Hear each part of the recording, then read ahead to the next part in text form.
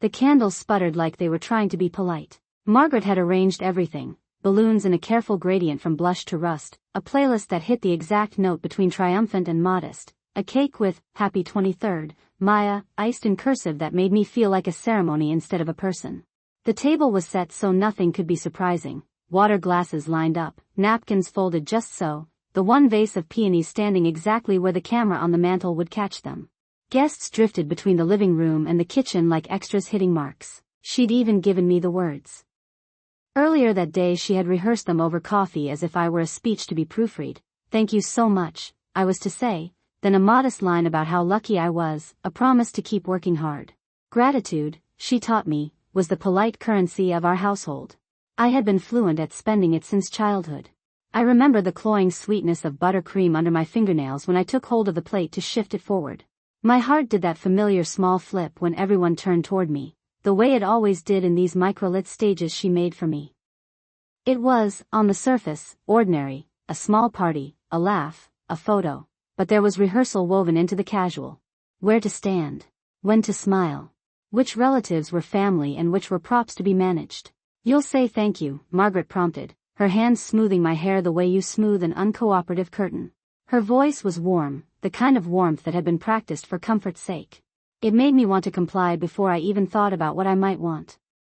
When it came time, I surprised myself. I told them I wanted to cut the cake. Not because I was being dramatic but because it felt like a small, reasonable claim. This sugar and this moment were mine. It was a quiet that I hadn't spoken aloud in years. The room held its breath as if someone had put a muffler over the air.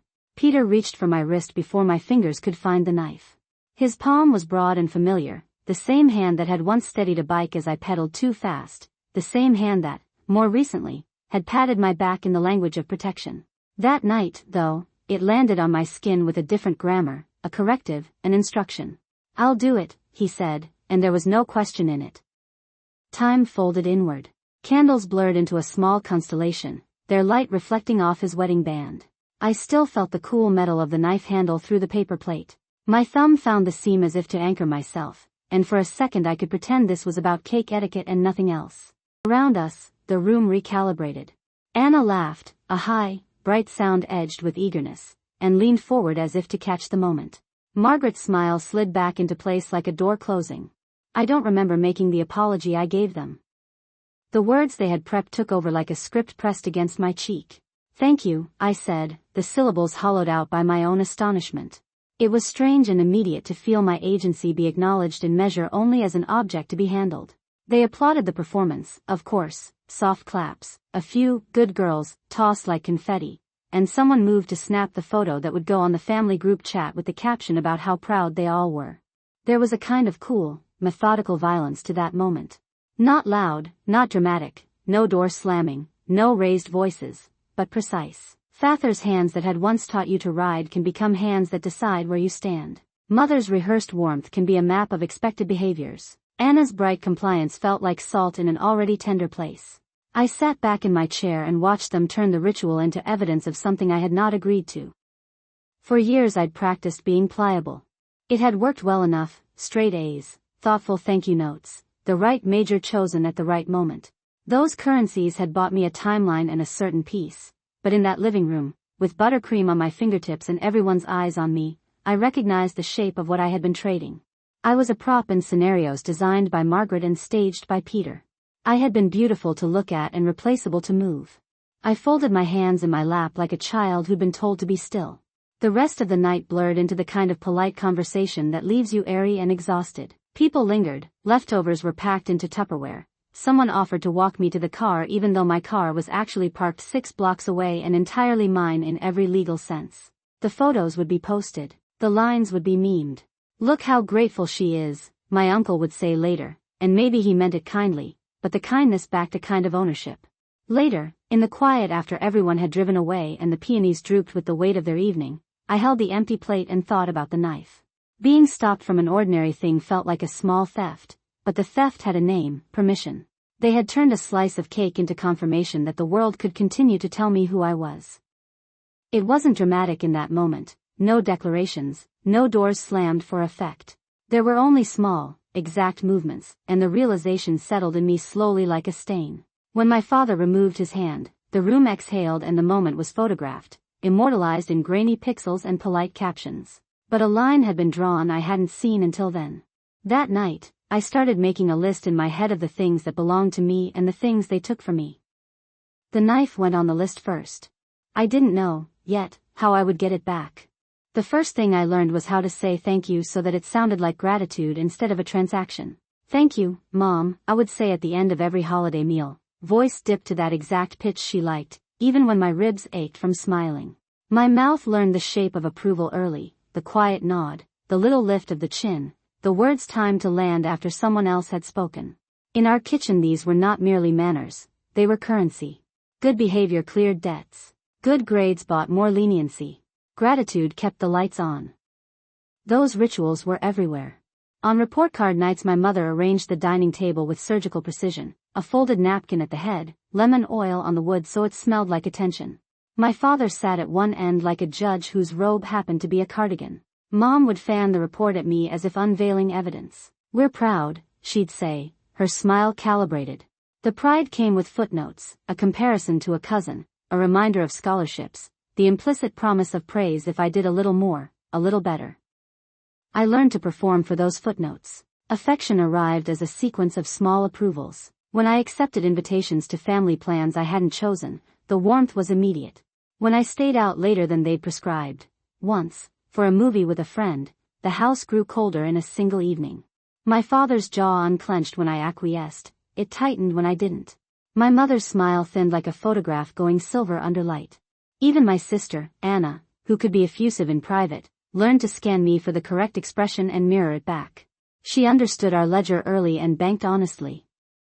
It wasn't always punishments and scowls. Most of the time it was subtler, the slow tightening of expectations around my choices. A refusal to help rearrange a party plan would be met with mild disbelief. We thought you liked helping, and then 2 weeks of pointed remarks about loyalty and family. When I argued, they would remind me of all the things they'd done for me, cataloging them like gifts with strings attached. Guilt slid down like honey, heavy and slow and sweet enough to blind you to the stickiness. After everything we gave you, was the softest knife. I learned early which rituals had real weight. Holidays were rehearsals where roles were distributed and rarely contested. Birthdays were not about surprise but about the proper performance. Cake, speeches, the obligatory photo with my arm around my sister while my father enumerated virtues. When I reached for the knife on my 23rd birthday and Dad stopped me, the stop was casual, a hand on my wrist, a redirection, but it landed like a verdict. In that small refusal I tasted the shape of my role, prop, not person. I carried that flavor with me the rest of the night. The more I denied them small concessions, the more the rules constricted. I refused to take a class they'd suggested once and suddenly study time had to be logged and reported. I told them I wanted to work evenings at a cafe for extra money and they folded the schedule into the family calendar like it was a transparency to examine under scrutiny. Each tiny no adjusted the equilibrium, a new line was drawn, a new rule threaded through the existing ones. The tightening felt almost mechanical, like someone turning the knob on a clockwork device. It didn't snap all at once, it coiled. Anna changed too. She could be my confidant in the quiet, but she also learned where the boundaries were and how to keep them. Her competition with me wasn't loud, it was a whisper, a corrective glance across the dinner table, the way she would dutifully report small infractions as if they were family health updates. I remember the bitterness of realizing she wasn't only my sister, she was an extension of the household architecture that preferred order to risk. I became practiced at disappearing. Not physically at first, I could fold into the couch or leave a room, but in my reactions. I learned to keep my face neutral, to store defiance for when it could do something for me. I started to keep little records without telling anyone, screenshots of conversations where my words were edited, emails with dates and times, receipts folded into a shoebox. They felt like secret maps, small acts of patient insurgency. I knew that if things tightened further, I would need proof that I had once tried to live otherwise. There were delicate experiments, like staying out an hour later and watching how the mood shifted when I walked in. The house greets you differently when you break the script, an appraisal rather than welcome. They would probe, gently at first, concerned questions about safety, hints that I might be making choices that hurt them, and if I stood firm, the tone escalated to something that tried to sound reasonable but was designed to choke me into compliance. The rules were advertised as love, they were really a set of instructions for how I should arrange my life to avoid friction. In the quiet afternoons between these calibrations, would rehearse different versions of myself, the agreeable daughter who filed paperwork for mom, the obedient child who accepted a path laid out by others, the woman who might one day leave. I had been trained to prioritize harmony over hunger, to let gratitude fill the spaces where ambition might have room to grow. But the ambition was there, coiled and patient, learning its own discipline. Then an email arrived one ordinary morning, subject line brief and unordered, and for a moment I imagined it could be anything. I opened it and my heart tensed, because some doors require you to leave the script behind, and I was not sure the family could fold me back into their patterns once they knew where I wanted to go. The email sat in my inbox like a small, dangerous animal, subject line in bold, offer attached, start date and a company-paid trip spelled out in neat, official fonts. I had been chasing that font for years, internships, online courses in the sleep-deprived hours, weekends moonlighting on projects that paid in praise and occasional checks. When I opened it, my hands smelled faintly of takeout garlic and I could hear the hum of my parents' TV through the door. For a second I just stared at the numbers until they stopped meaning anything and became proof. I told them at dinner because I couldn't lie about the smile on my face. Margaret set down the casserole and waited for me to unfold whatever news I had. My voice was smaller than the word felt in my chest. I got it, I said, and showed them the phone screen because evidence made it true out loud. The room didn't celebrate. Instead, faces tightened as if someone had drawn a curtain. Mom's warmth rearranged itself into something hard-edged. "Is this permanent?" she asked, the way she always asked things that meant other people's needs were a question she had the right to answer for. Peter's fork paused halfway to his mouth. Anna's eyes went bright, quick as a bird, the eager hope that had always been aimed at mirroring whatever pleased Margaret. They framed their objections with economy. "It's expensive to move," Peter said. "Are you sure about the start date? What about savings?" Margaret followed with the logistics, tax implications, insurance questions, the small list that can sound responsible and feel like a noose. They asked about timing as if the job were a choice between two flavors of yogurt rather than the one I had been planning my life around. Inside, I cataloged everything. The months of overtime where I refused invitations so I could build the portfolio on a computer that overheated if you pushed it, the nights I reheated chicken and counted resume scent. I heard those nights in the clink of cutlery and tasted them in the chicken bone at the bottom of my plate. They gave me the language of practical concern and I had grown practiced at answering it, until now. "This is a big opportunity," I said, soft and deliberate. "They want me to start the 1st of next month and there's a week-long training they're covering in Denver." The word training felt obscene next to the memory of Anna getting first dibs on everything else. "They need an answer by Friday," I added. Saying the deadline out loud was like pulling a match to see if the room would catch. Margaret's shoulders lowered, conciliatory, like a person folding up a chair. "We're not saying don't go," she said. "We just want you to think about," and here she pulled out the oldest lever she owned, gratitude. "After everything we've done for you." The words were buttered in affection. The stickiness was guilt. Peter, who always applied gravity to conversation, put his palm on the table and fixed me with a look that made me want to shrink. Anna's voice was clinical, the tone of someone reading minutes from a meeting. "What about the car?" she asked. "Who will do Mom's grocery runs?" Her question wasn't about errands. It was a map, an acronym of duties they expected me to remain on call for, ad infinitum. She didn't even bother to hide her relief when I hesitated, relief that the script was intact. I had been trained by 1,000 small approvals, the way a return smile at family events earned me pie, the way good job after an exam came with extra chores afterward because that was love, too. So when Margaret weighed practical concerns, I knew she meant practical control. They could dress it in finance and logistics and call it care, they could call it co-signing my life. The question was whether I would let them keep editing the story of who I was allowed to be. I pictured the Denver skyline in a brochure, a city where my skill set didn't have to wear the same old titles that fit under their rules. I pictured myself taking meetings without translating every success back into their terms. My breath shortened and steadied. The decision wasn't sudden. It had been stacking like kindling for years until one stray match lit the pile. I said yes, I told them. Saying it out loud felt like closing a door on a room I had lived in quietly for 25 years. There was a small, visible rearrangement in the space between us as if a current had shifted. Margaret smiled that practiced, soft smile that had always meant the rehearsal of calm, but there was new tension at its edges, like a stitch about to come undone. Peter made a noise, not quite a disapproval, not quite a concession. Anna's face is the one I remember best from that night, at first almost pleased, then tightening, her mouth thinning as she watched me. There was an immediate flurry of logistics framed as caution, lists about expenses, questions about the landlord, suggestions about staying safe in a new place. Each suggestion was an attempt to re-anchor me back to the harbor they'd charted. I answered with numbers, the salary, the moving stipend, the conference that would fast-track me into the role I wanted. I could see comprehension flicker, and then resistance.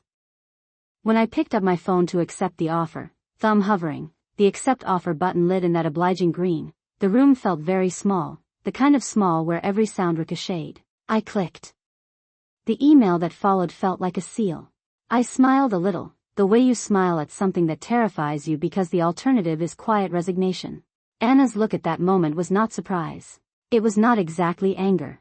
It was a calculation, like a person noting the first chess move and already planning the opening gambit. She folded her hands in her lap and watched me as if she were measuring how much of the old prize she'd have to hunt for herself now that I was off the board. For the first time, acceptance felt less like a relief and more like stepping onto a declared battlefield. The taste of garlic in my mouth had gone thin and metallic. I folded my phone and kept my smile. I knew then, with a clarity that settled like weight in my chest, that saying yes would cost me more than rent or schedules. The cost would be drawn in mornings and in missing the scripts they'd written for me. Anna's eyes told me the war had begun. The morning I said no started with the kind of light you only get in early October, thin and honest, coming through the cheap blinds in neat stripes across my kitchen table. I had my laptop open to the itinerary for the company trip, the one I had spent 2 years saving my lunch money and side gig checks for, the one that would put my name on lists that mattered. The flight was non-refundable, the training mandatory the week after I started, and the company was covering the hotel. It was not small to me. To them it read like a refusal they could not tolerate. When I told them, plainly, without the breathy hedges I'd practiced my whole life, that I couldn't cancel, Margaret's smile thinned. It happens in stages with her. The warm veneer tightens, the voice softens to the kind you use when talking to someone you mean to manipulate. Maya, it's Lena's engagement, she said. We planned this. Family comes first. You know how everything looks if you don't show. The calendar in her hands was an accusation. Peter's jaw tightened in a way I had learned to notice before he raised his voice. He leaned against the doorway like a sentinel who thinks the house will fall if everyone doesn't follow orders. You're making a bad call, he said as if that were a physical threat. He said it like someone offering help dragging me back into a danger I couldn't name. Anna watched me from the couch, her mouth already set in that line when she decides who she's going to be, allegiance shifting as if on a whim. She gave me the look I had seen at other small rebellions, not surprise but the narrowing of interest that meant she was picking a side. That look said war. They wrapped their case in practical concern. How would the family look? What would Lena's mother think? But the edge was ownership. I have always been taught to translate those edges into the language of guilt. We sacrificed. We helped you. You owe us your attendance. The words land with the weight of accounting ledgers and old favors, as if gratitude should match their bookkeeping. I felt the old habit of pleasing lean toward obedience the way a vine leans toward a fence. I could have canceled. I could have said, I'm sorry, of course, and smoothed everything back to the way it was before noon. But the trip wasn't just a travel expense on a company's balance sheet. It was the moment I had been carving toward. It was the first thing in years that had nothing to do with who I was for them. I can't, I said. It was as small and strange as a bell tolling. The sound must have surprised me because the room stilled. I had rehearsed softer, hedges, softened declines. I wish I could, but I said no, flat and clean. My voice was not loud. I did not throw anything. I held the itinerary between my hands like I might a fragile bird. The reaction was immediate and disproportionate. Margaret's face shifted to a kind of outrage I have only seen when a performance is unmasked. You're choosing that over your family? She asked, and there it was, the implication that a career opportunity is a betrayal. Peter's protective posture turned metallic. He launched into logistics as a weapon, missing family photos, the embarrassment at gatherings, the what we do for you list. They offered me alternatives the way a mapmaker offers a smaller country. Stay the night. Rearrange your plans, take a later flight, make a phone call. Each alternative required that I erase the plan I had made for myself. Each alternative was a minor surrender. I felt my throat tighten in that way that remembers a dozen earlier relinquishments. Grades achieved because I said yes, scholarships accepted because I deferred to their timetables, gratitude offered like currency. I named the costs aloud. I told them about the training module that was only available on that date, about the manager who had emphasized attendance, about the internship pipeline that makes room for only a few. My words were factual, not adversarial. I had learned, in the quiet hours, to document nothing for the sake of argument but for the sake of my future.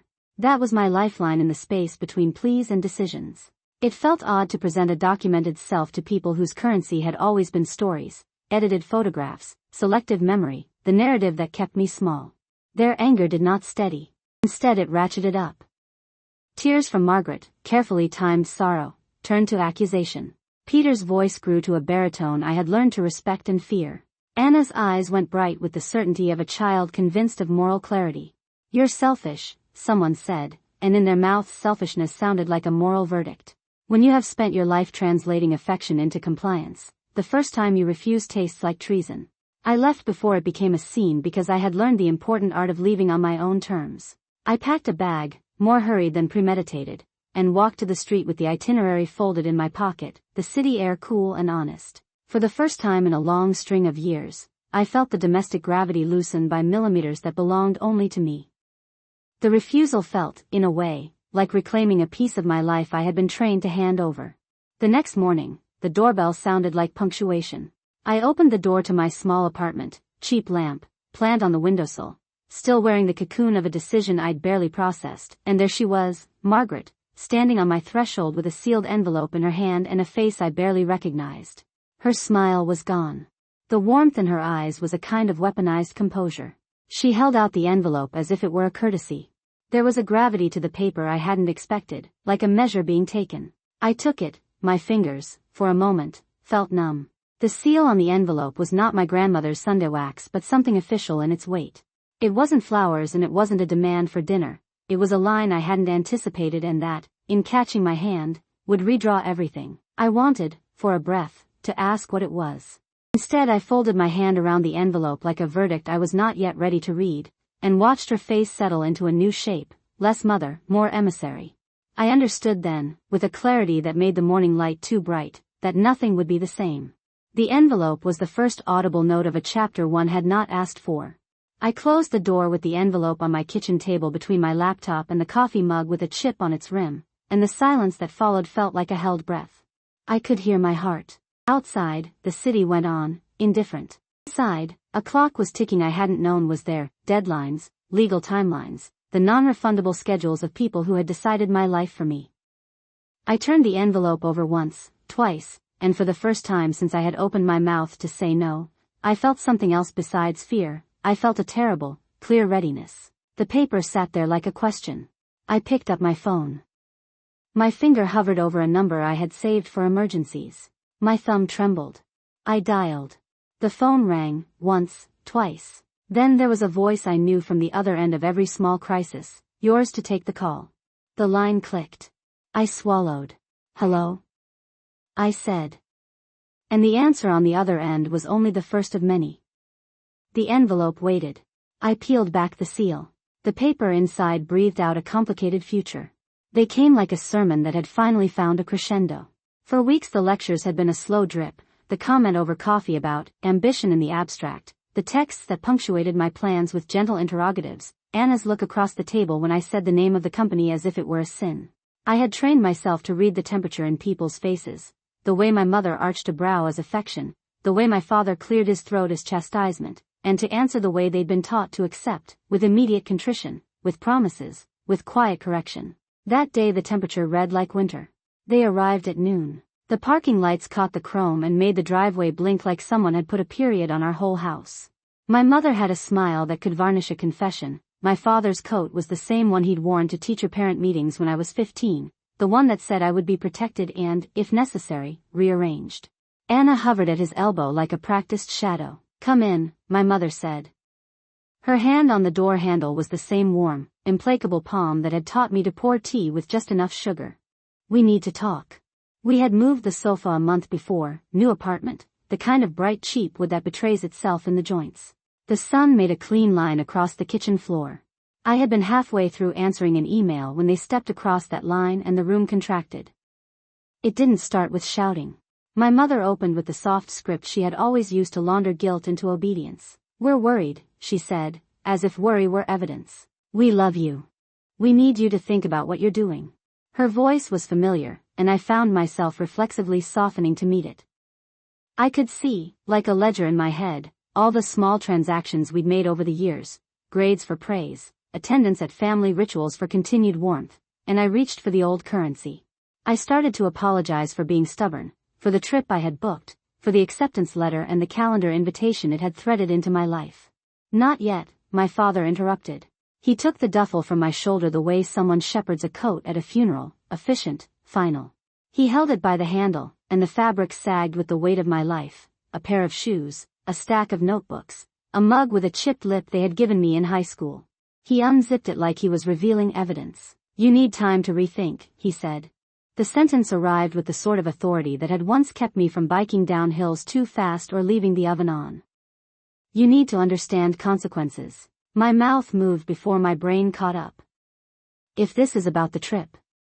"It isn't about a trip," my mother said. Her teeth showed like a reset. "It's about respect. You don't get to make decisions that change the family and then walk away." They began to pack, socks folded like affidavits, a sweater pressed into the duffel like a confession. Anna watched, and the corners of her smile were taut. I reached for my keys, the old, small brass key to the back gate, the newer fob for the car, both heavy with minutes and miles that belonged to me. The movement felt automatic, put hand to hip, find the familiar jingle. My father's hand stopped me. The palm was not harsh, it was a procedure. "We're holding on to those," he said. There was no ask in his voice, only the conclusion. He took the keyring and turned it on his finger. I felt the cold of the metal against my palm when he let go, like the echo of an absence. I laughed once, because that seemed safer than crying. "You can't," I said. I tried to frame it as ridiculous. "This is my lease." His eyes softened just enough to be cruel. "You live with our rules," he said. "Till you can respect your place." On the kitchen counter my mother placed my wallet like a verdict and zipped the duffel. She lifted it with care, as if it contained fragile scents. Anna hesitated a fraction of a second and then, of course, took the end of the strap. They moved with an economy I had seen before, a hand on a bag, a shoulder squared for departure, not a word wasted on tenderness. I thought of all the tiny ways they'd taught me to be grateful for any portion of their approval, and the gratitude collapsed inward like a building after an earthquake. I thought about calling someone, anyone, for help. My throat gathered the names that might save me: Rosa from across the hall who patched radiators and offered shifts at the deli when rent was due, Ari who had once said I could crash on his couch if things got bad. My fingers found my phone and hesitated. It was a small, ridiculous freedom, the ability to choose my next movement without their choreography, and they had just clipped it from me. They didn't slam the door. My mother closed it with the practiced gentleness of someone who wanted to appear reasonable on camera. My father locked the deadbolt. He reached into his pocket and clicked his fob. The car's engine answered like a guillotine. I stepped onto the sidewalk. The sun made a line on the asphalt that matched the line on the kitchen floor, new and separate. Neighbors appeared in doorways like an audience at the end of a play, eyes curious, sympathetic, absent. My throat felt close. They slid into the car with the ceremonial calm of people who believed in their own righteousness. "Reconsider," my mother called through the roll-down window.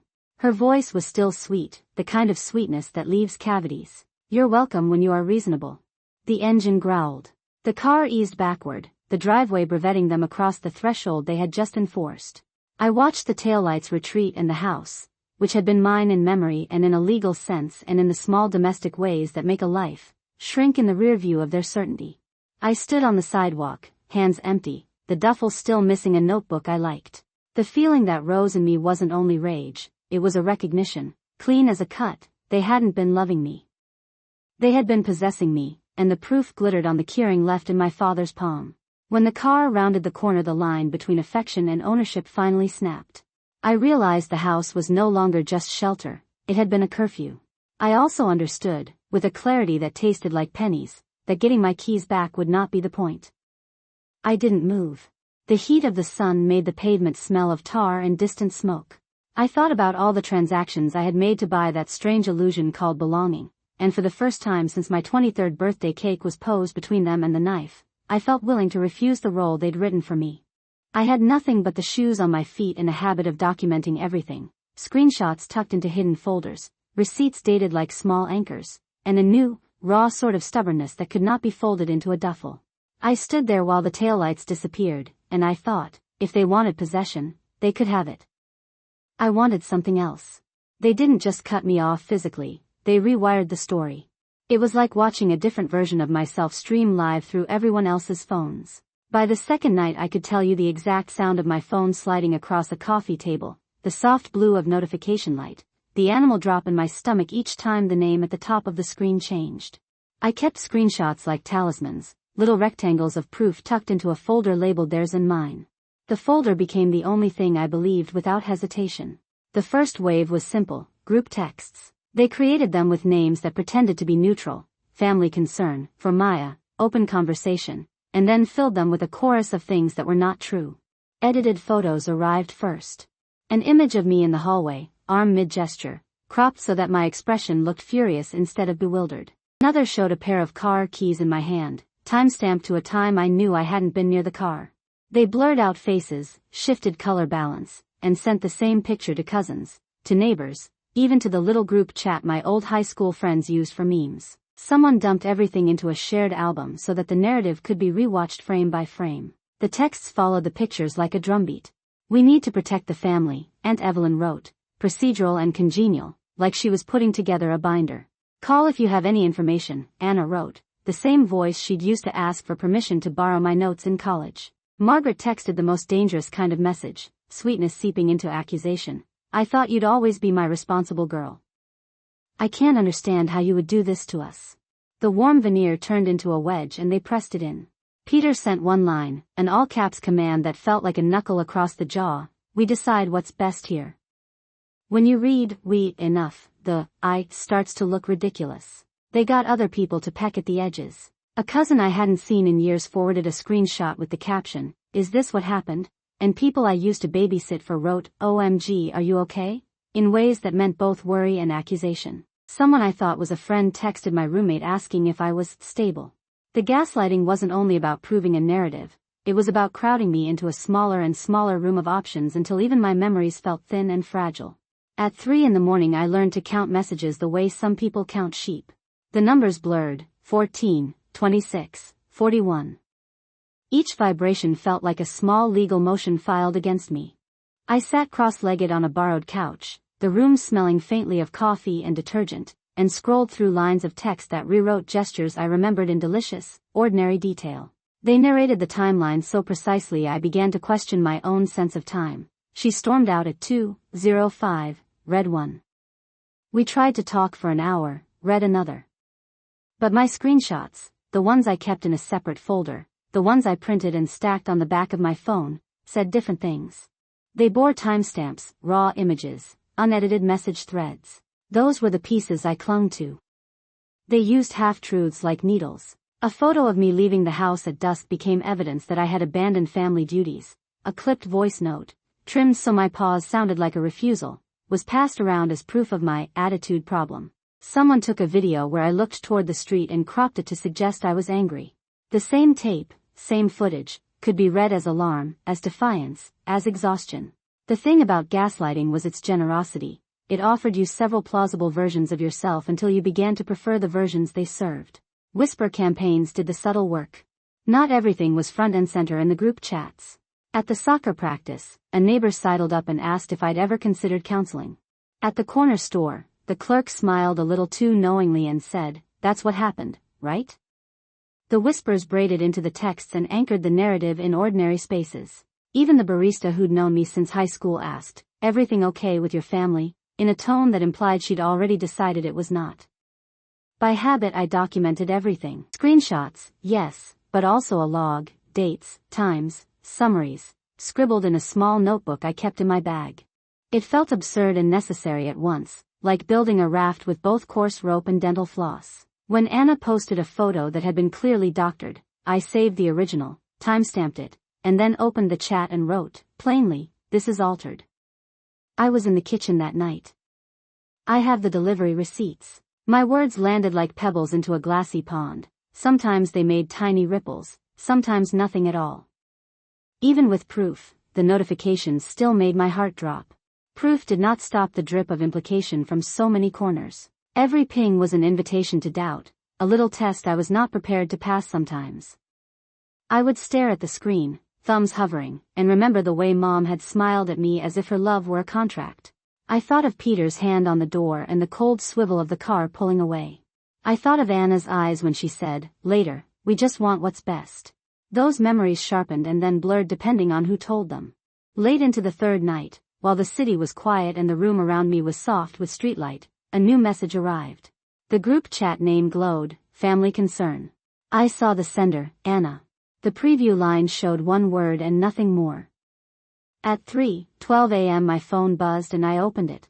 When they shut the door on me it wasn't dramatic, no slammed gate speech or a single sentence ultimatum, just the sound of cardboard being folded and the radio in the U-Haul swallowing the low hum of the house. I spent the first week sleeping on an air mattress in a one-bedroom Jordan had agreed to split after I answered the roommate wanted ad at 3 in the morning and promised to be quiet. Jordan was a name on an app. He turned out to be a decent man who left for work before I woke and came home smelling of motor oil and cigarettes. He barely knew my history and that was the point. I liked that about him. He never asked where the car keys were, never threaded guilt through his sentences. My life shrank to essentials, a mug for instant coffee, a bedside box with my jewelry and the tiny notebook where I wrote the dates of every rent check I paid and every text that might matter later. I took a second job to stretch the last of my savings. Night stocking shelves at a 24-hour grocery, daylight shifts answering phones for a temp agency, and learned the geometry of fluorescent aisles and the shape of my own exhaustion. I kept the cheap kettle boiling for ritual more than thirst. Reheating the same soup at 3 different times of the day became an anchor. I flicked the kettle on. I turned on a playlist I had made to remember myself. I timed my breathing to the hiss of steam. Mostly I Googled. Late at night, under the dull yellow of a desk lamp, I taught myself tenancy law in 3 states and saved screenshots of relevant lines that felt like incantations. If not on lease, allowable grace period X. Police will not remove without court order. How to retrieve belongings after wrongful eviction. My favorite folder on my phone was titled Receipts, not just for purchases but for proof. Bank transfers to me marked, rent, a dated photo of my whole apartment with the living room ceiling, and the potted plant I'd bought on a whim, the email confirming a doctor's appointment. I had always photographed things, a private archivist. The habit started as self-protection and became a lifeline. On my second night working the late shift I sat on the stoop of the bus stop at 2 in the morning, fluorescent bone of the city and my appetite sharpened into letting small things mean more than they had any right to. My hands were raw from wiping counters, my fingers cramped from scrolling through old messages that sounded like arguments when read out of sequence. I went through the receipts folder because it felt safe, like cleaning out a drawer, and there, between a grocery refund and a parking ticket, was a bus receipt I didn't remember buying. It was a screenshot I had taken months earlier when I'd been weighing whether to attend an interview 3 towns over. The route left early, the price was merciful. For a moment I simply stared at it, as if the pixels might tell me who I was permitted to be. The thought that moved through me wasn't the fear of the unknown so much as the recognition that someone else had been able to decide where I'd stay. That recognition made my chest tighten the way a muscle does when it's unused. I was halfway to tears in the cold when the decision arrived like a small, sharp bright thing. I would go. Not because a job or a city promised salvation, but because the space between my chest and the walls of that house needed air. I walked back to Jordan's place, palms full of steam and salt, sat at the tiny kitchen table with a lamp that hummed and pulled my laptop closer. My bank balance glowed in the top corner like a quiet accusation. I closed my eyes, felt the pull, the family story, the eviction, the smear messages, and set my jaw. This is not asking, I told myself in a voice I didn't recognize so much as feel. Present tense felt truer than past, I am choosing this. I typed the bus number, checked times, watched the digits march into my card fields. My hands were steady in a way my thoughts were not. The payment page refused to allow dramatics, the cursor blinked, the characters translated into numbers, and then the little box that said confirmation appeared like a small, legal benediction. I printed the receipt on Jordan's lent printer with a paper that smelled faintly of toner and old coffee, folded it into the notebook where I kept the other proofs. Holding it, I felt absurd and ferociously proud. Leaving didn't erase the crease of what had been done to me. It didn't turn off the messages or make the edited photos go back to the honest ones. What it did do was assert a fact I had rehearsed silently for months: my life was mine to move. The ritual of packing, socks in a shoebox, my favorite mug wrapped in a sweater, felt almost holy. I tucked the printed ticket into my wallet and, for the first time since the house emptied of my name, allowed myself a small laugh that was half relief and half disbelief. I called Rosa's number up from memory and left a voicemail I barely heard myself speak into. If you get any shifts. My voice cracked and I swallowed it down. Jordan, who'd been reading in the next room, didn't pry. He handed me a spare blanket with the bottom hem frayed and said, "Catch the 5 o'clock." He meant it practically, which made it the kindest thing anyone had offered in weeks. I went to bed that night with the receipt on my nightstand like a talisman. I slept in fits, dreaming of a road that went somewhere other than their sentences. In the dark I thought of my mother setting the table the way a director cues actors, of my father folding the rules into his palms like tools, of Anna's smile that turned into a blade when trained. I thought of everything I'd documented and how I could now use those pieces to build something that would not require approval. When the alarm pulled me up at 4:30, the world was a blue slice and the city smelled like diesel and possibility. I folded the ticket into my pocket, closed the door without asking permission, and walked toward the bus stop with hands that no one could stop. The bus left before dawn. I did not look back. They started quietly, the way mold takes a corner, unremarkable at first and then suddenly everywhere. A cousin I hadn't spoken to since a wedding sent a message asking if I was okay, as if I were a delicate object that might shatter. An old college roommate asked for clarification in 3 dots and an emoji, like my life needed a footnote someone else could approve. People I had celebrated with, hugged in hospital rooms, lent money to, opened my front door for at 2 a.m. They were asking for context, for a version of me their family had approved. I answered as patiently as I could. I wrote out timelines and attached screenshots, the little archive I'd been keeping the whole time, emails, receipts for the months I'd helped Aunt Evelyn with errands, bank transfers I'd made when someone needed a rent bridge. I explained the job offer, the trip, that accepting it didn't mean I'd abandoned anyone. I wrote that leaving the house the night they packed my things hadn't been dramatic, it had been necessary. I explained that I had packed my own bag and stood on the porch because no one had the right to decide my future while I was still breathing. They had other tools. Edited photos surfaced, pictures from birthdays with a face blurred out or a hand photoshopped to look like it was pushing people away. Group texts populated at odd hours with curated memories and a tone that paired nostalgia with accusation. "We're worried" translated into "you are a problem." The whispers moved into aunties' kitchens and WhatsApp threads and then into people's mouths. Anna started forwarding messages with a halo of righteousness. Sometimes she added a sentence, short and sharp, that made the doubts feel like conclusions. I recognized the structure of it, how small refusals in my childhood had been translated into pathologies by adults who wanted predictable children, and watched the same sentence patterns repeat until they became the family portrait. I don't tell this because I'm surprised, those were the rules I'd grown up with, but because it's terrible to watch people you love wrap themselves in other people's stories. They told versions of me that fit their narrative, selfish, unstable, unreasonable. They left out inconvenient facts, like the nights I slept on their couch because my rent check bounced, or the text chain where I had urged Aunt Evelyn to see a doctor. They substituted emotion for evidence and began inviting the world to judge. I had a private habit. When things started to shift, when fingers reached for narrative control, I documented. Not out of paranoia but out of habit, like saving receipts. I had screenshots stacked by date, copies of the emails where my new employer confirmed the start date, photos of the key I'd handed over to Mom because she insisted she would keep it for safekeeping, time-stamped bank transfers, and the record of the one favor I'd done for a cousin years ago that I now realized they considered leverage. Those files felt ridiculous and precious, proof more useful than pleading. I was composing another calm reply to a neighbor who wanted context when a message from a former friend lit up my phone. The message was nothing more than an image. I tapped it open and the warmth in the kitchen, the coffee steam, the lamp glow, became sharp enough to cut. It was a screenshot of a family group chat. At the top, Aunt Evelyn's name, the conciliatory posture in her profile picture. The subject line in bold, family meeting, bring Maya back into the fold. Below it, a PDF attachment, evidence_n_concerns.pdf. There were names listed as moderators, my sister, Anna, cousin Lena was among them.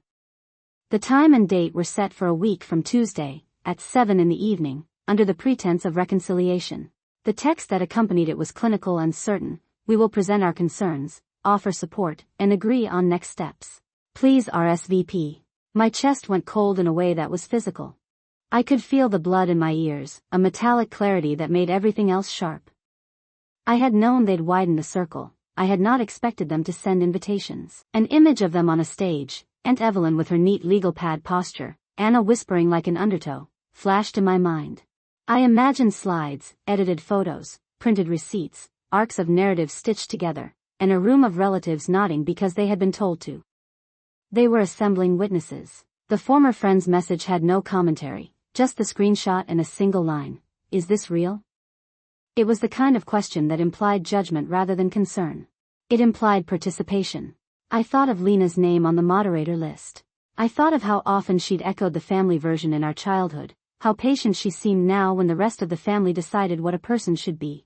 The thought of her organizing a room where I would be made to apologize for wanting a life felt like betrayal and like a test. I didn't answer at once. I put the phone face down on the table and made myself breathe, counting slowly until the metallic edge dulled. I opened the folder on my laptop where I kept everything I'd ever saved, bank transfer confirmations, screenshots of our conversations, the email from HR confirming my trip that was company paid. I liked that my proofs had the smell of printer ink, the tiny confidence of timestamps. I printed a few pages, not because paper felt stronger than pixels but because it calmed me to hold something tangible. The stack slid under the lamp. I thought about the way they had always preferred acting out rituals to actually talking. Aunt Evelyn would call it procedural, Peter would call it protective.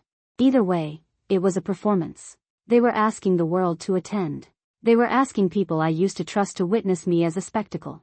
I could see the meeting now, the slide of evidence, the polite offers of help that smelled faintly of demand. I could walk into it and play the part, apologize with a voice I didn't mean, promise changes I didn't intend. I could hand them the keys they'd already taken, sit quietly while they edited my life into something smaller. Or I could refuse. I folded the printed pages into a manila folder, slid the screenshots into a sleeve and labeled it.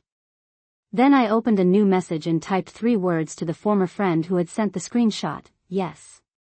It's real. I hit send and set my phone aside.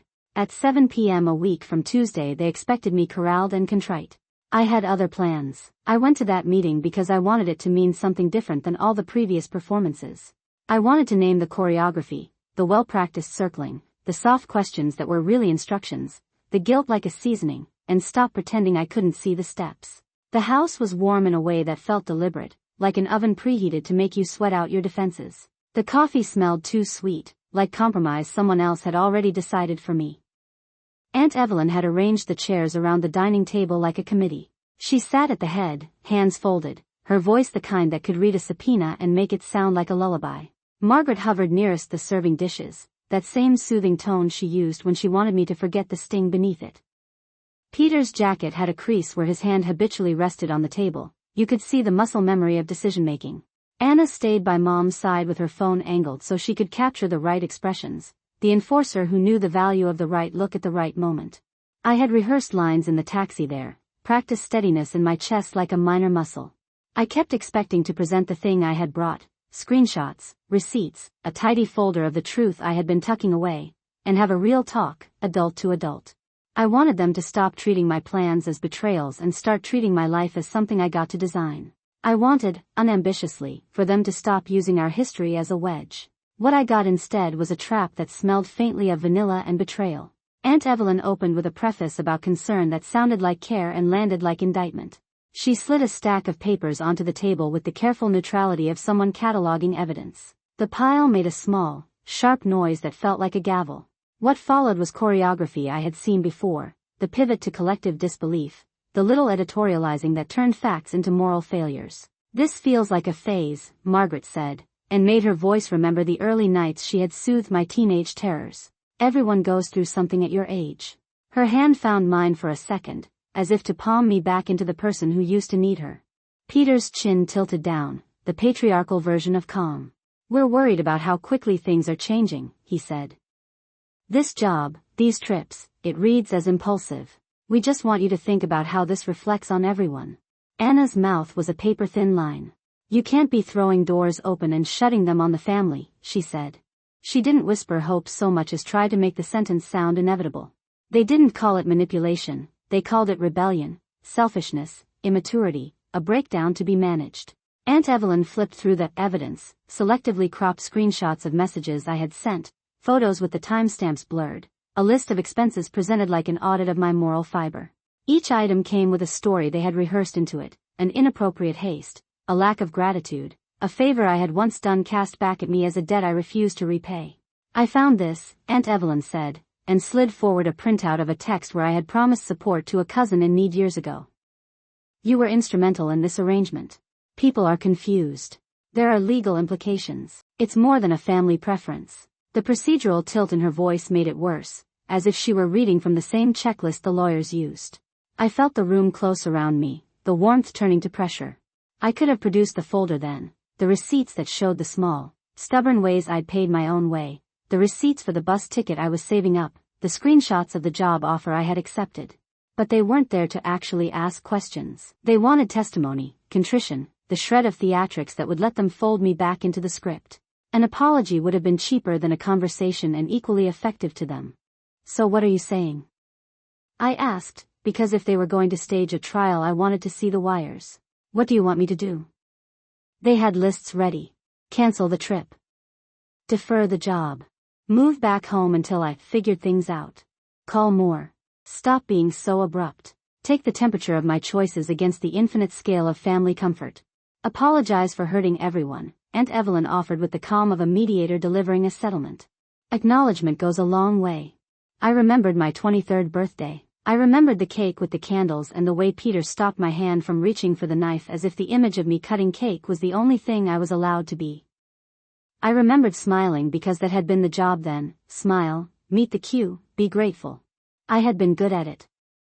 It is not easy to unlearn being practiced at pleasing. I had come wanting to end the manipulation. I had imagined us mapping our roles and choosing different ones. Instead they performed the same merciless kindness they'd always offered, dressing control up as concern, polishing guilt until it shone. This isn't about apology, I said. My voice was quieter than I felt. This is about choices I'm making for myself. I'm not asking for permission. There was a beat where they looked like predators registering that their prey might not be wounded after all. Margaret's smile slipped. Peter's face went blank, which is a different kind of anger. Anna's phone wavered. We're trying to protect you, Peter said, the paternal shield restored by the absence of my capitulation. You can't throw away stability. Stability had a name, their version of my life. I could have explained, tied my acceptance letter into a neat bow. I could have explained how I had documentation, how I had friends who would help, how I'd bought my own bus tickets and not just hoped for rescue. I did not want to make my life into something else for them to edit. I will not apologize for wanting a life that isn't centered around other people's comfort, I said. The sentence surprised me by being steadier than the fear that had been threading me all afternoon. I am not sorry for making choices that make me uncomfortable for the sake of my future. Aunt Evelyn slid a page across the table, the printed words a summons dressed as concern. Then perhaps you need help, she said, the implication a thinly veiled threat of medicalized intervention. The room had been warm, suddenly it felt like a pressure cooker. I realized then that the meeting had not been called to talk, but to manufacture compliance, to produce a paper record of my contrition while they rearranged the narrative everyone else got to read.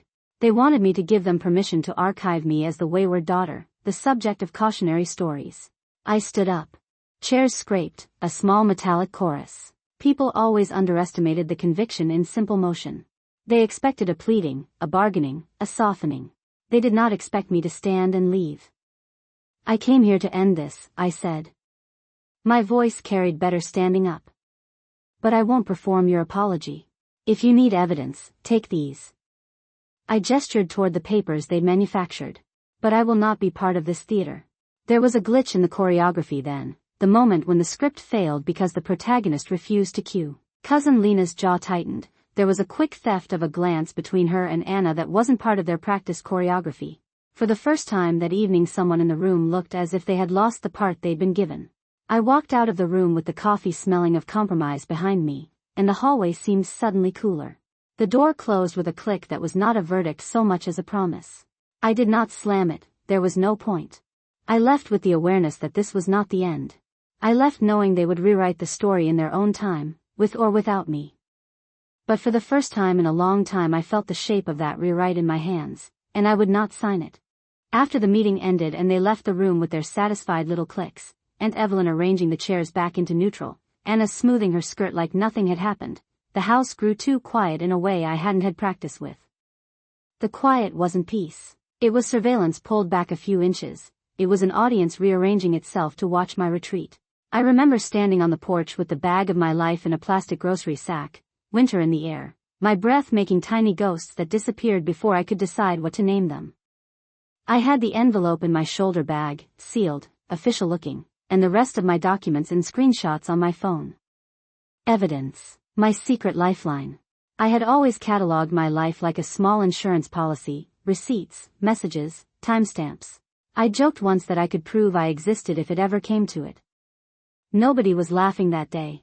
Isolation tightened, like a sweater pulled up to my chin, and then the first crack appeared where I hadn't expected it. My phone buzzed. Lena. Her messages had always been the ones I read last. She learned early to translate whatever my parents wanted into the group's language. That afternoon, though, her first message was just 3 words, I saw it. The ellipses after it were long, making room for her to do something she'd rarely let herself do, be unclear. She sent a photo of the folded napkin from the luncheon, the kind of mundane detail that meant she had watched and been bored and therefore seen more than she pretended to. I typed around my fear, short, no pressure. She replied, I'm sorry. Later, she brought me a sandwich wrapped in wax paper and a pair of gloves she hadn't worn. She wouldn't speak about the meeting. She sat across from me on the stoop, eating, looking at the sidewalk as if it had told her the whole plot and she was only now remembering her lines. She didn't tell me to sue or to leave town. She handed me a card with a name on it, Sam, and said, quietly, he helped my friend once. She didn't look at me when she said it. She didn't post a thing. That was the whole of the defiance, small, private, useful. Rosa leaned practical across the threshold of her shop like it was the easiest posture in the world. She smelled of coffee and cinnamon and the kind of detergent that didn't try to be anything other than clean. I had grown up hearing the shop's bell more than the real clock at home. She had watched my family the way neighbors do, keen, not invested. When I told her where I didn't have a place to stay, she didn't offer words that would come with guilt tags. She said, you can take Serena's shift on Thursdays. It's cash, but it's honest. Then she shrugged off a rag from her hand and parted 2 slices of bread in the air. That was the only transaction that mattered. Her offer wasn't charity. It was a replacement of utility, time for money, a simple accounting, and in the arithmetic of that week it felt like a miracle. Rosa taught me how to fold a croissant the way she showed me where the lost and found keys lived, the metal clink of them in the drawer like a small, private answer to something that had been taken. Ari's couch smelled like 100 other people's lives, old detergent, a perfume accident, a pair of headphones left in the cushions. Ari herself arrived with a heavy duffel and a grin that did nothing to soften how practical she was. You can crash for a bit, she said, as if offering a couch was the same as offering a cup of sugar. No drama. Get some sleep. We'll talk next week. She made coffee like she was making a plan. She had been my friend since kindergarten and also the person who knew how to keep someone while they rebooted.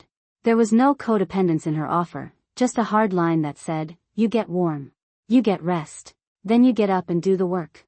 The legality of it, Sam's card, the way Lena had said his name like a password, gave me a map to walk on. I called him that night with the streetlight buzzing against my ear and the envelope heavy in my bag like an accusation. He asked for details, dates, whether I had screenshots. I read him the timestamps I had already annotated into my notes on the phone.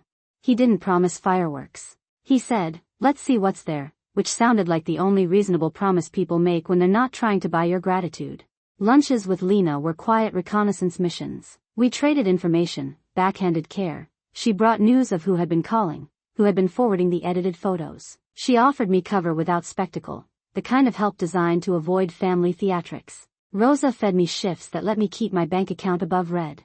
Ari's couch was my boot camp for sleep. Sam's questions helped me see where the legal edges were blunt and where they'd slice. Those small agreements, 2 hours on a dose station, a couch that didn't ask for emotional labor, a referral stitched into my contacts, became my scaffolding.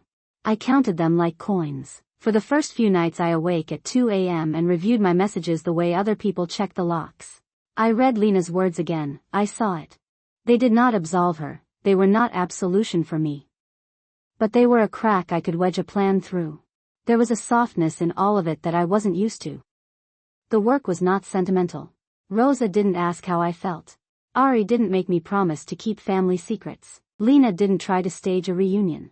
They offered logistics, not pity. That was its own kind of dignity, clean, unornamented help. I sat on Ari's couch the first night and looked at Sam's contact like a little lifeline. The envelope sat on the table, heavy and final, but in a different register now. Danger, yes, but also something that could be parsed, documented, and, if necessary, countered. I pressed my thumb to it, thinking of all the receipts and screenshots I'd kept like secret currency, and I realized I wasn't the same person who had let a cake be a coronation. I had allies in unexpected places. They couldn't erase the meeting, the messages, the way my picture was being redrawn without my consent. But they bought me time, shifts that translated into rent, a couch that translated into sleep, a lawyer's card that translated into options. I learned to count the favors without letting gratitude tie me into new obligations. I fell asleep with my phone face up, Sam's name illuminated against the dark, Lena's last message still warm in my head. In the morning, would have to decide the first concrete thing: cash the shifts, call Sam back, buy a bus ticket or keep the city. I woke with a plan taking shape, something simple and stubborn. Then my phone lit with a calendar reminder, the envelope's deadline. I typed the letter the way I always did when things had to be exact, short paragraphs, numbered requests, and a sentence at the end that left no wiggle room. No visits without notice. No private calls to my employer. No group messages that circulated lies. Return my keys and car by the end of the week or I would change the locks and file an itemized list with the police. Stop accusing me of ingratitude when gratitude was your currency for control. If any of you continue to smear me, I would pursue a restraining order and publish the evidence I had collected. I left the tone calm because anger was for them, clarity was mine. I printed it, stapled copies, slid one into an envelope I addressed by hand, and tucked the rest into a folder with screenshots, receipts, bank transfers, and the 2 audio clips I had managed to save, Dad's voice telling me I should be happy enough to defer, and Anna's voice warning me that loyalty meant obedience. Lena stood behind me while I sealed it. She kept her hands folded, the way she had the last time she blinked when someone else told a story about me and she knew it was false. Jordan carried the extras in his backpack. We drove over in a rented car to avoid giving anyone an excuse about how we had arrived. I read the letter aloud in the kitchen because performances were their home turf. They recognized the sound of being ushered. Mom set the cake aside like a prop, the light from the window caught on her painted smile. Dad folded his arms like scaffolding. Anna slid into the doorway with that look she'd perfected, eager, small, ready to report back. Aunt Evelyn hovered at the edge, procedural as ever, a notepad in hand and a conciliatory tilt to her head that always made me think of a clerk trying to be kind. When I finished, there was a pause so long I could hear the hum of the fridge. Then the names began, one after another, spit like small stones. Ungrateful. Selfish. Cold.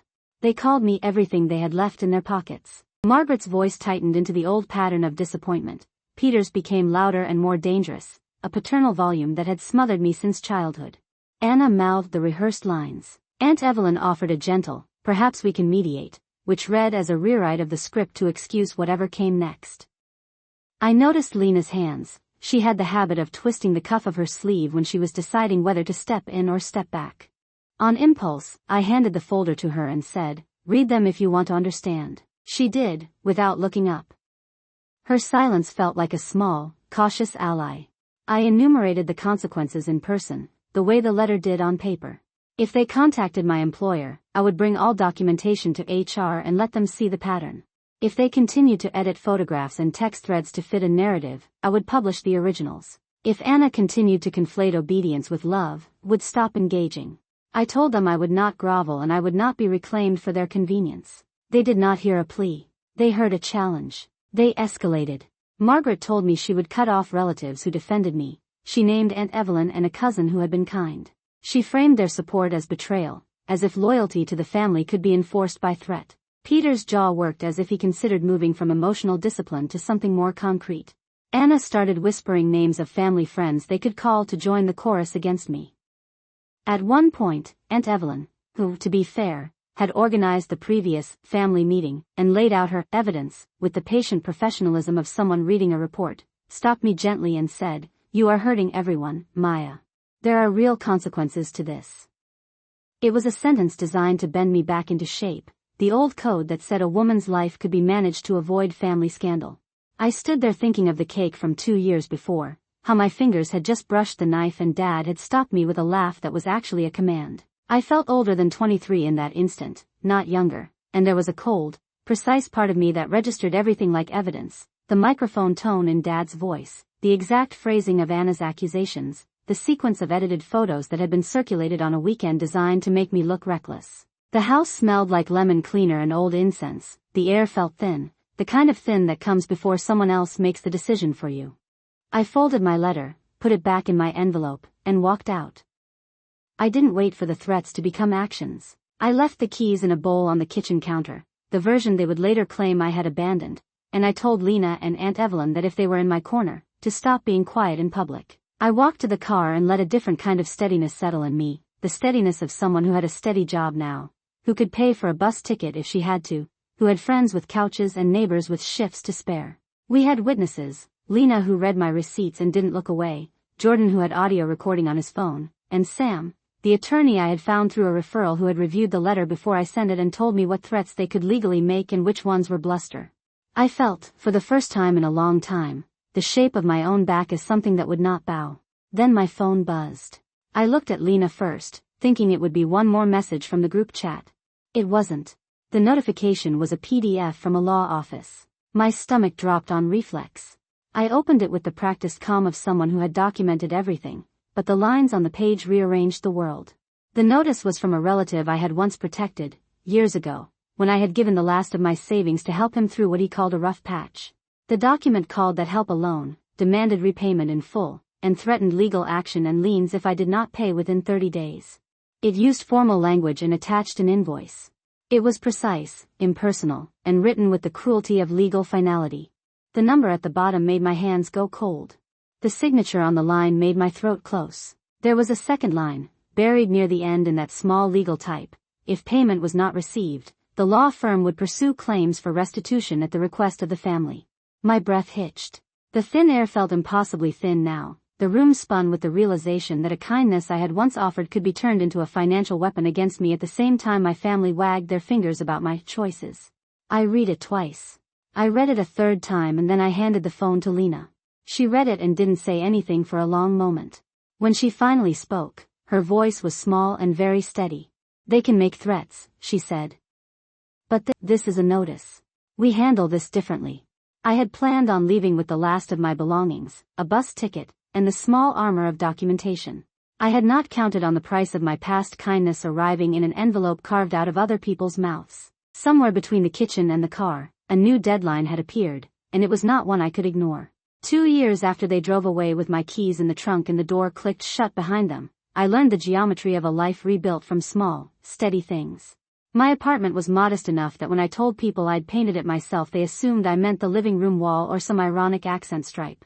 I had painted every inch, sealing scars from a ladder, the faint tack of primer under my fingernails for weeks, because there was a point-to-point satisfaction in turning a scraped rental into a place that smelled faintly of lemon oil and turpentine instead of dread. I chose a blue that read as bravely ordinary, not a statement, just a flat color that let the light from the south window be its own person. I still woke, sometimes, with the phantom pressure of my father's hand telling me to tuck my shoulders in. The first night I slept there without turning on every light, I realized my body had forgotten how to be still. It took months before the alertness in my chest would dissolve into normal night breath. The rhythm of life settled into the small mercies a paycheck could buy. I learned to pay bills on time because it was a ritual I could control. The envelopes, rent, utilities, internet, the small, shameful nanny bill for a woman I'd paid to help with my paperwork the year I moved out, became a calendar I liked rather than a clock that chased me. My bank balance was humbling, my savings laddered up like a shy child. I took Rose's shifts at the cafe most Saturdays, the boom of the espresso machine less haughty than my mother's calls. Ari let me crash on his couch for a month while I waited for my job to start. His apartment smelled like curry and dry shampoo and had the blessed, blithe clutter of other people who did not have to pause before they spoke. Friendships here were not ceremonies performed in my mother's living room. They grew. Lena's voice on the phone changed from small and aligned to something tender and apologetic. She never said she'd regret what she'd been roped into, but she let me sit with her at a dimly lit bar once and we talked about a movie we both hated and that felt like a treaty. Jordan, my roommate for the second year, left communal dishes in the sink half the time and left post-it notes on the fridge that said do not eat, and I learned to laugh at him and then at myself. Sam, the attorney Ari recommended, charged me for hours he later said he could have billed for less. He didn't. He told me to photograph everything, every threadbare receipt, every threatening email, every edited photo in which I was doctored into a story I hadn't lived. Those screenshots were not only insurance, they were the record of my insistence on existing. There were scars. Not all of them healed, some faded like silvery lines across the knuckles. I had panic attacks that came like weather, sudden and loud, and friends learned the patterns. A text that said coffee or air would set priorities straight. Sometimes I would find an old voicemail where mom's warmth was a little too precise, the way she said pride like a coin. Other times Peter would appear in my dreams, large and lecturing, a man trying to fold me into an outline. I kept the scars like furniture, visible but negotiated. They made the apartment feel honest. The legal notice, the old favor that had been turned into leverage, had stamped a week of raw fear into the early months. It arrived like a heavy thing and I sat on the floor of my tiny bathroom reading it with the shower running cold so no one could hear how the lines blurred. Sam walked me through it slowly, his voice practical, almost comically calm. He taught me how to say no into a microphone, how to word a reply that felt like fencing, and how to lock my documents behind two-factor authentication. The notice didn't vanish, but it stopped growing claws. I learned how to set boundaries not as negotiations but as doors. And that's what I spent 2 years practicing, letting certain people in and keeping others on the porch where they belonged. I answered some calls because Ari would remind me that closure isn't always denial, and Lena would text me a picture of a dog and I would smile and think, maybe later. I ignored many more. Margaret learned, slowly, that apology without change was background noise. Peter's voice got hoarser with each call. Anna sent a handful of texts that read more like auditions than contrition. Aunt Evelyn organized one last family meeting that I attended for the education of everyone else. I had my phone across the table, recording, and I left when the performance began. The hardest part wasn't the paperwork or the cold nights or the small, ignoble math of saving for a dentist visit. It was the permission I had to grant myself to be unarranged. I had been made up of cues and pauses, the cardigans my mother liked, the way I laughed at the same point in stories. Being allowed to answer differently, to not laugh, to say no to a trip home, to accept a job that required me to travel, to pick a paint color that was mine and not theirs, felt at first like a live wire. Each small, sharp choice quieted the old hum a little more. Now there were phone calls that landed in my inbox, some conciliatory, hope you're well, some venomous, remember what you owe, and I saved them like shells on a shelf. I would read them, sometimes burn them in my head, then close the file and make coffee.